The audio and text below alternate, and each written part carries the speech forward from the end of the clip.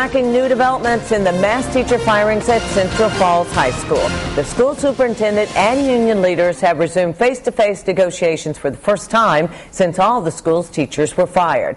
Tonight, they're facing the monumental task of fixing the underperforming school. Eyewitness News reporter Sean Daly joins us live from Central Falls with new details on the dispute.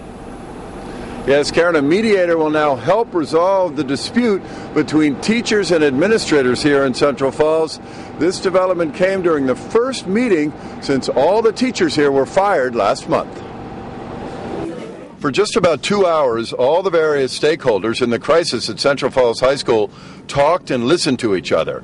In the end, the superintendent of schools and the president of the teachers union agreed to work with a mediator to help them resolve their many disagreements.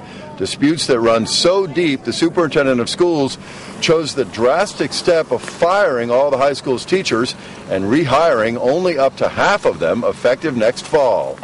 That single decision thrust Frances Gallo into the national spotlight, like it or not.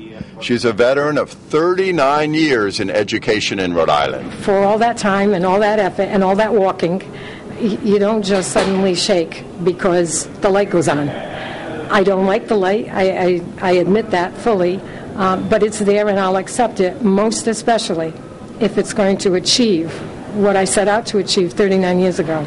And that is put children first and make sure that every one of them succeeds. No matter how you get them, we shouldn't have excuses for how we redeliver them.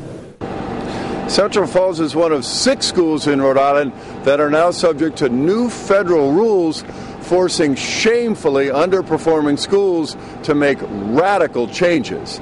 The other 5 schools are in Providence, and those schools will be making news soon as well. Live in Central Falls with the Blackstone Valley Mobile Newsroom, Sean Daly, Eyewitness News.